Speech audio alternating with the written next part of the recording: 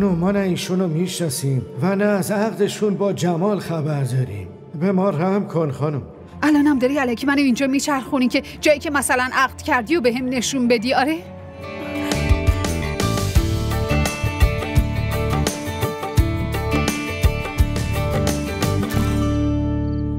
اسم اون حوریه. کی اسمش حوریه جمال؟ چه نسبتی باهات داره؟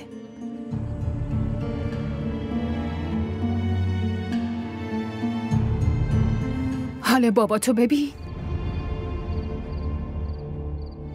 از استرس لب به غذا هم نزده.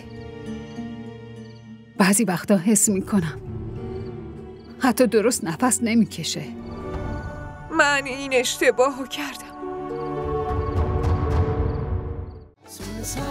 کانال ما رو سابسکرایب کنید. حمایت شما به ما روحیه میده.